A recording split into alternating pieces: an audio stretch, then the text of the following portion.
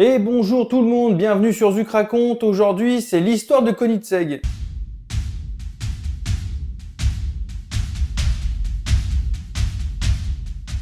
Épisode un peu plus dense aujourd'hui, puisqu'on va parler d'une marque à part entière. Et à travers cette vidéo, j'aimerais qu'on comprenne à quel point Koenigsegg a fait de l'innovation son fer de lance. Mais avant toute chose, avant de parler de Koenigsegg, il va falloir qu'on parle de son créateur. Et ce monsieur, c'est Christian von Koenigsegg. Je suis désolé si j'écorche ton prénom, Christian. Du coup, ce sera Christian ou Cricri, parce que c'est trop long sinon. Et puis Koenigsegg, je vais le dire 52 fois, donc et en plus ça se trouve, je le dis pas bien. Koenigsegg. Donc Christian, c'est un Suédois qui naît en 72, et bizarrement, dès son plus jeune âge, il est fan de bagnole. Alors l'histoire raconte qu'au final, il a été happé par cette passion grâce à un dessin animé qu'il aurait vu quand il avait 5 ans, aux alentours. Je pourrais pas vous ressortir le nom du dessin animé, c'est un truc suédois, je parle pas suédois. Dès son plus jeune âge, tout ce qu'il rêve de faire, c'est créer la voiture de sport ultime. C'est-à-dire que lui, même à 5 ans, il sait qu'il veut pas construire la Twingo. Ou alors de la Twingo...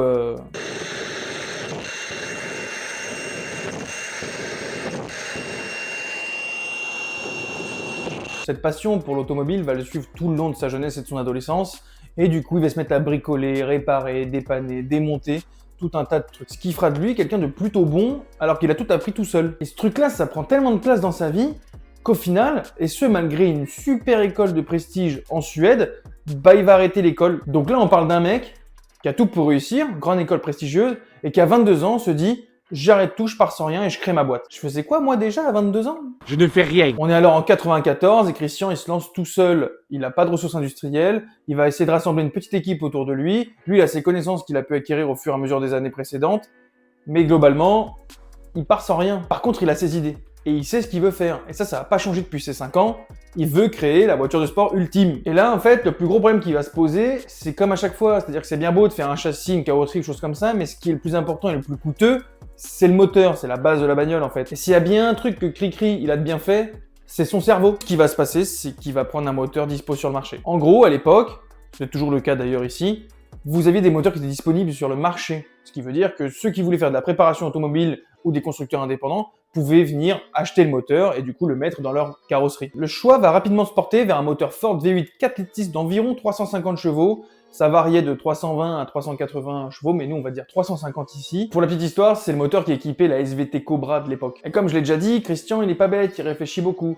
Pourquoi il prend ce moteur? Fiabilité plutôt correcte, grosse possibilité de modification pour la puissance, et surtout, il est dispo ce moteur. C'est décidé, ce moteur va donc équiper sa première voiture qui s'appellera la Koenigsegg CC8S. Bon, on va poser une base ici. J'ai dit que le cerveau était bien fait de monsieur Koenigsegg, mais surtout, il est pas mauvais dans ce qu'il fait le garçon. Donc tout au long de cette vidéo, il y aura une sorte de rituel, on va l'appeler le sorcier, puisqu'il va choper des moteurs, faire des miracles, et ça va fonctionner. Je rappelle, ce moteur de base, il fait 350 chevaux environ. Christian et son équipe, ils vont le prendre, ils vont rajouter un compresseur, ils vont rajouter une plus grosse cylindrée, ils vont rajouter 2-3 petites pièces comme ça, un petit peu par-ci par-là, des pièces performantes bien sûr, et ça passe à 650 chevaux.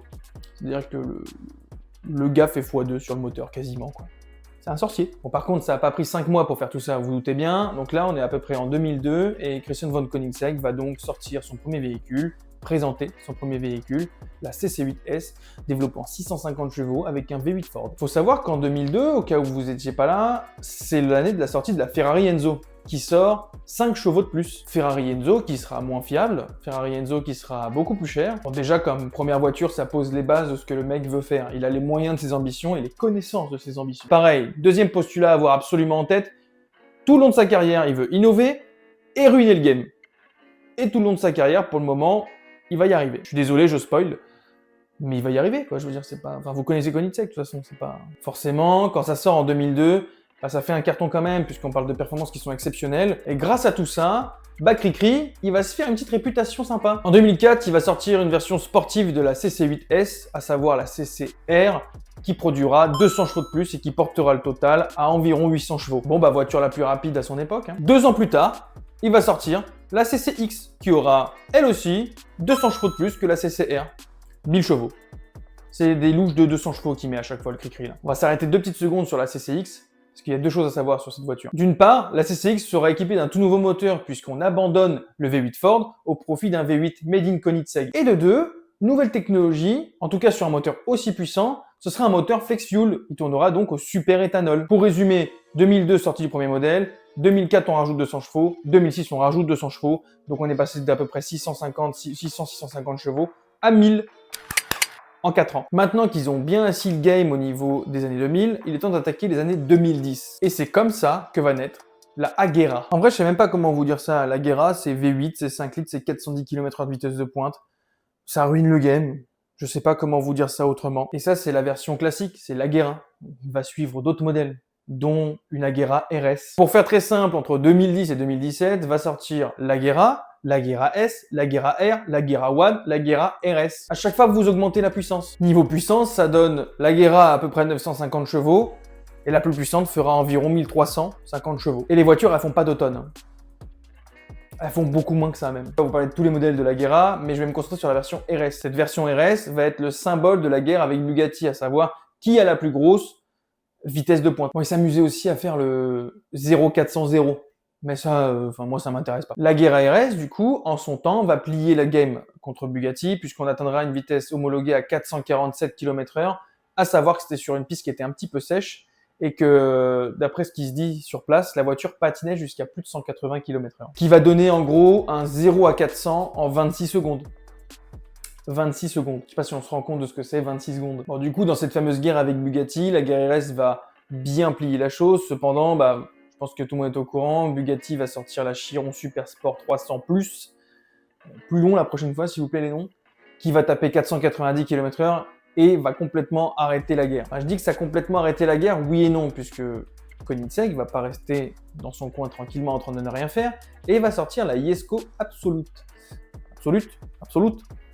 Il n'y a pas d'homologation de record, si ce n'est que je crois que dans le 0-400-0, elle est meilleure que la Bugatti Chiron Super Sport 300+. Et dans la théorie, la Jesko pourrait monter un peu plus haut, en tout cas, à savoir dépasser les 500 km/h. Pas se mentir, moi les records de vitesse, c'est pas forcément ce qui me passionne le plus. Par contre, c'est un magnifique pont pour vous parler de la Koenigsegg Jesko.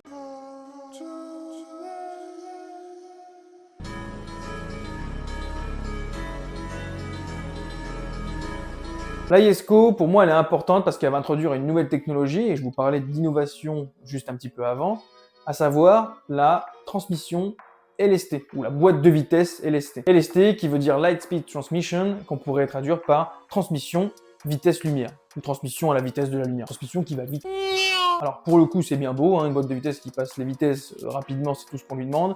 Et ce qu'il y a à savoir aussi là-dessus, c'est que la boîte de vitesse chez Koenigsegg va peser à peine 90 kg, qui n'est pas du tout le standard pour une boîte de vitesse classique. Et pour votre anecdote, la Jesko s'appelle comme ça car c'est le prénom du papa de Christian von Koenigsegg. Je trouve cette histoire incroyable. Le gars, c'est quand même la méga classe. Il a une voiture à son nom de son vivant parce qu'il n'est pas décédé. Et en plus, son nom est porté par une des voitures les plus rapides du monde. Et pour terminer, j'aimerais qu'on parle de ma voiture préférée chez eux, à savoir la Koenigsegg Gemera. C'est celle qui va être la plus jolie, c'est celle qui va être la plus technologique. D'ailleurs, on dit Gemera ou Gemera? Gay, t'es gay.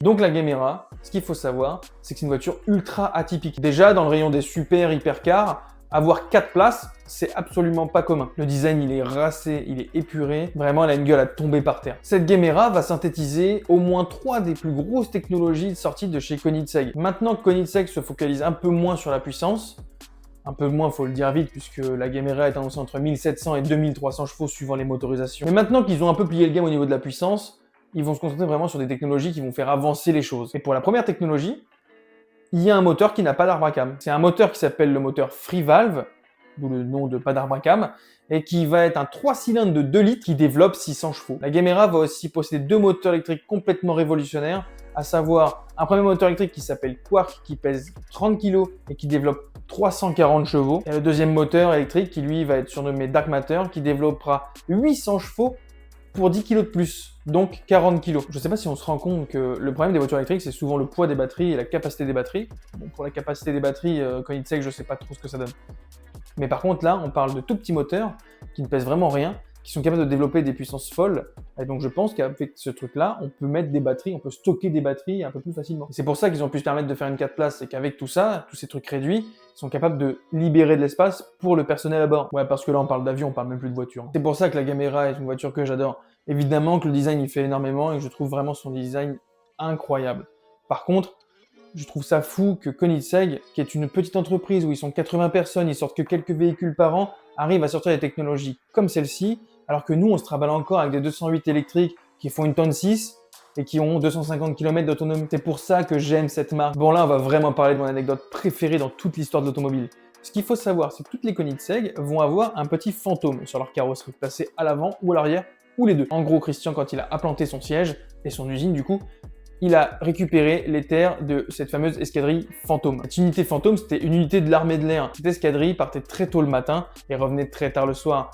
Personne ne pouvait les voir, mais tout le monde les entendait. Ce sentiment de puissance que ça dégage sur les voitures, je trouve ça incroyable. Ce que je trouve fou avec cette marque, c'est qu'en 30 ans d'existence, ils ont réussi à mettre leur niveau au moins égal, si c'est pas supérieur, à certaines marques qui étaient là depuis X années, tout en n'étant pas des gens qui suivent le mouvement, mais plutôt qui essayent d'innover. Et ça, à mon avis, ça coûte énormément d'argent. Alors bien sûr, les voitures, elles coûtent super cher, elles sont super rares, évidemment, mais croyez-le ou non, développer des technologies comme ils sont capables de développer, ça coûte pas les 2 ou 3 ou 5 millions que valent les voitures. On parle d'un petit Suédois au fin fond de son pays, qui est parti de rien et qui a juste gravi les échelons grâce à sa motivation et sa détermination. Je trouve que c'est une super leçon de vie. Toujours repousser les limites sans jamais se contenter de ce qui a déjà été fait. C'est ça la devise de Koenigsegg. Merci à tous d'avoir suivi cet épisode. J'ai essayé d'être concis dans mes propos. J'ai envie de dire comme d'habitude, merci de vous abonner, de liker et de commenter. Quant à moi, je vous dis à la prochaine pour d'autres histoires qui, j'espère, vous passionnera.